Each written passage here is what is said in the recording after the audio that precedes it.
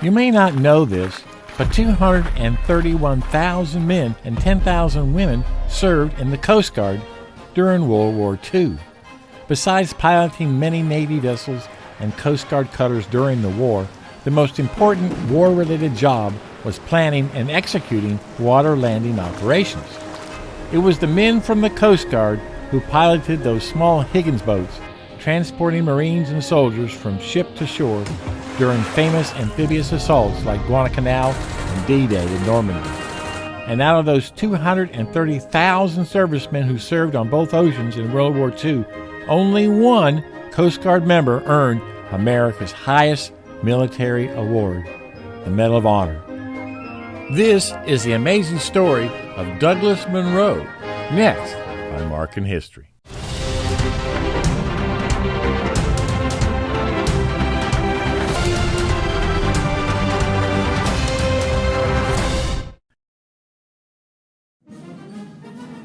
Here is the historical marker honoring Coast Guard coxswain Douglas Munro. It is located here in front of Douglas Munro Hall at the United States Coast Guard Academy in New London, Connecticut.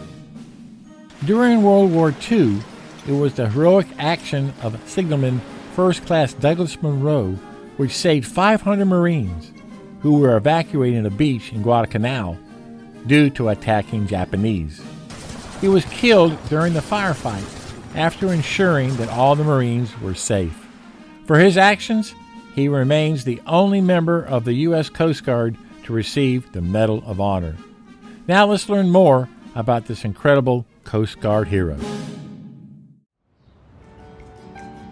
Douglas Albert Munro was born to James and Edith Munro in Vancouver, British Columbia on October 11, 1919. When Douglas was 2 years old, his family moved to South Cle Elum, a very small town in Washington state, where he grew up during the next 20 years. Dann wird das Ergebnis nicht die Bolschewisierung der Erde. 1939 was not a good year. America was engulfed in the Great Depression. Nationwide, 1/4 of the workforce was out of work. Overseas, war in Europe had begun, and the threat of global conflict worsened each day. I had hoped against hope that some miracle would prevent a devastating war in Europe. Young Doug and his family followed the news and listened to President Roosevelt's fireside chats. It seemed clear in 1939 that young, able-bodied men could enlist now or wait to be drafted. Because Doug loved the water, he set his mind on enlisting in the Coast Guard because it gave him the greatest opportunity to help others. Unfortunately, the Coast Guard had not acquired a new recruit in nearly 7 years due to downsizing in personnel following World War I. Fortunately, President Roosevelt had authorized the Coast Guard to add 2,000 men to their ranks just 7 days before Doug's enlistment. After signing his enlistment papers, he failed his physical examination for being underweight. Luckily, his mom helped him put on those needed 6 pounds in the next 10 days. On September 18, 1939, 19-year-old Douglas Munro walked to the front door of the Seattle Coast Guard recruitment office at the same time as another recruit. As fate would have it, Doug just met his lifetime best friend and fellow coastie, Raymond Evans. They formed an immediate friendship and became inseparable. Where one went, the other was there. The pair became known to shipmates as the Gold Dust Twins, an old 1900s nickname often used to describe two talented individuals working closely together for a common goal.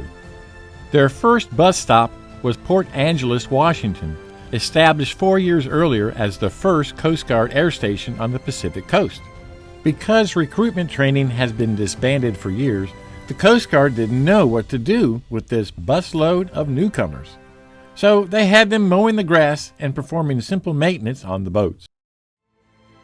Eventually, Doug and Ray were selected to crew their first 2 years on board the U.S. Coast Guard cutter Spencer, a 327-foot Treasury-class cutter which patrolled out of New York and later Boston.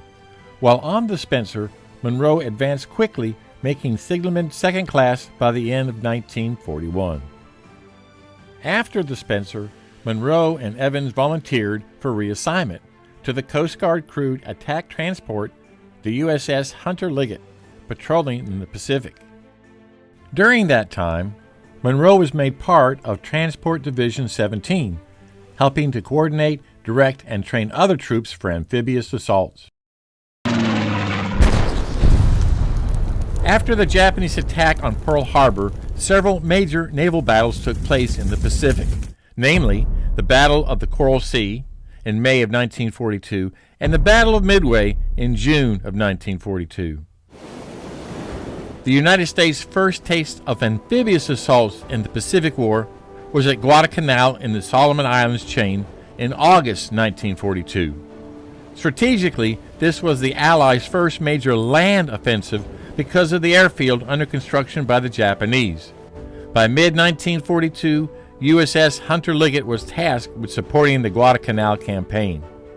After the initial Marine landings, a base was established at Lunga Point. Munro was assigned here along with other Coast Guard and Navy personnel to operate the landing craft and assist with communications. When the Marines moved west of Lunga Point, they encountered an entrenched Japanese position on the west side of the Matanuca River. It was clear that an attack across the river would be fruitless. A plan was devised to bring men down the coast to land west of the Japanese position, allowing an attack from both sides. To achieve this goal, Marine Lieutenant Colonel Louis Chesty Puller ordered 3 companies from his 7th Marines into landing craft and began an assault on September 27th. Munro was put in charge of the landing craft assigned to discharge the Marines west of Point Cruz. At 12:30 p.m., the boats were away, headed towards the shore. The Higgins boats, beached virtually unopposed, deposited the men and returned to Lunga Point with injured sailors and Marines. What the Marines did not know was that the Japanese had anticipated their landing and were well prepared. The Japanese waited until the Marines reached the high ground on Hill 84, about 500 yards from the beach, before attacking with mortar and artillery fire. The Marines were surrounded and under attack by superior forces and without a radio. Desperate, the men spelled out the word help on the ground with their white undershirts. Luckily, a Marine pilot saw the message and radioed it in. When he got the message, Lieutenant Colonel Chesty Puller left his command post and walked to the beach to signal the USS Monson for assistance. Puller took a launch out to the ship, explaining the situation to the commanding officer. With the Marines in danger of being overrun, Puller ordered the gunnery officer to lay down barrage with his guns on the Japanese positions, managing to clear a narrow corridor to the beach. Using Munson's signal lamp, Puller ordered the Marines to fight their way to the shore. Retired Colonel Mac McLeod was then a platoon sergeant with the 1st Battalion, 7th Marines. The destroyer started to fire salvos into the bottom of the hill. And as they fired a salvo into the bottom of the hill, we ran into the salvo. And then they fired another salvo. And we leapfrogged down to the beach that way. The boat crews were still refueling the landing craft at Lunga Point when word came down that the Marines they had just landed needed to be evacuated immediately. The commanding officer asked Munro and Evans if they were ready to go back and get the Marines off the beach. Munro replied, "Hell yeah!" With Munro leading the way, the boat crew sped back to the beach to extract the overwhelmed Marines. As the boats under Munro's charge approached the recovery points, they came under heavy fire from the Japanese at a ridge abandoned by the Marines, a stark difference to the peacefulness of the first landing. As enemy fire increased, one of the boat crews pulled their craft alongside Munro's. They yelled that a rescue attempt was too dangerous and suggested they all return to Lunga Point base. Munro yelled, "We're not leaving those men there, we're going in." Munro maneuvered his craft parallel with the shore, while Evans provided covering fire from one of the boat's .30 caliber machine guns. Munro held station as the beleaguered men swam out to the protected side of the landing craft and climbed in. As the last Marines loaded into the landing craft, Munro turned his boat to lead the group back to Lunga Point. On the way back, Munro noticed a landing craft still stuck on some coral reef. Munro pulled alongside it, where Marines tied a tow rope to it. After several minutes and still under fire, the landing craft was free and Munro pulled behind it. Years later, best friend and shipmate Raymond Evans remembers what happened next. Doug was facing forward and I was standing up by the coxswain looking back. I saw this line of water spouts coming across the water and I yelled at Doug to get down. He couldn't hear me over the engine noise and it hit him. It was one burst of fire. Evans grabbed the wheel and sped back to Lunga Point. Beaching the boat, he jumped down to Munro, who had just regained consciousness. Munro asked Evans, "Did they get off?" Evans replied yes. Munro smiled and died.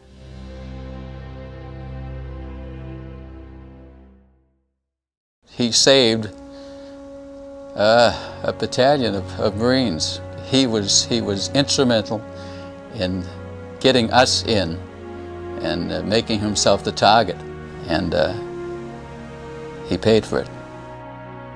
Thanks to Munro's heroism, his swift action, and excellent leadership, 500 Marines made it off the beach that day, including future Medal of Honor recipient Gunnery Sergeant John Basilone. The men he saved went on to help capture the Matanika River early in October, which meant the beginning of the end for Japanese forces on Guadalcanal. Colonel Chesty Puller, who had ordered that fateful attack, nominated Coast Guardsman Douglas Munro for the Medal of Honor. The nomination was endorsed by Admiral William Halsey Jr., and President Franklin Roosevelt approved the decoration on May 1, 1943. On May 27, 1943, in a small White House ceremony, the President of the United States presented America's highest military award, the Medal of Honor, to Doug's parents, James and Edith. A few short hours later, Edith Munro raised her hand, swore an oath, and joined the Coast Guard to honor her only son. She persisted when the Coast Guard was reluctant to allow her to join. She was 48 and a Gold Star mother of a Medal of Honor recipient. At her own insistence, she went through boot camp as any recruit would do, requesting no special treatment. Edith earned a commission in the SPARS, the acronym for Semper Paratus, Always Ready, which was the women's branch of the Coast Guard. Mrs. Munro ran the Coast Guard barracks in Seattle and was discharged in late 1945 with the rank of lieutenant. After the war, Munro's remains were brought back to the United States. He was buried with honors in 1948 at the Laurel Hill Memorial Park in his hometown of Cle Elum, Washington. The Greater Seattle chapter of the Coast Guard Chief Petty Officers Association is honored to welcome you to the annual wreath laying and remembrance ceremony to honor Signalman First Class Douglas A. Munro, a United States Coast Guard hero and Medal of Honor recipient. Every year, on September 27th, a ceremony honors him at this town memorial. The Marine Corps will never forget his actions on September 27, 1942, in saving so many Marines. To honor him, Douglas Munro was added to the Hall of Heroes of the National Museum of the Marine Corps, becoming the only non-Marine represented on it. The U.S. Coast Guard has honored Signalman First Class and Medal of Honor recipient Douglas Munro in many ways. 3 ships have been named after him. A larger-than-life statue of Munro resides outside the U.S. Coast Guard Training Center at Cape May, New Jersey. And inside Munro Hall resides Doug's Medal of Honor on display with accompanying citation from President Roosevelt. And in the ultimate symbol of honor, the United States Coast Guard named their national headquarters in Washington, D.C., the Douglas A. Munro Coast Guard Headquarters Building. In the 233-year-old history of the United States Coast Guard, one signalman stands out. 22-year-old Douglas Munro, the Guard's only member to receive our nation's highest military honor. If history can be taught with stories, it can never be forgotten. Please like our video, subscribe to our channel, and ring the bell to stay informed on the latest videos. And don't forget to leave your comments below and tell us what you like about this video.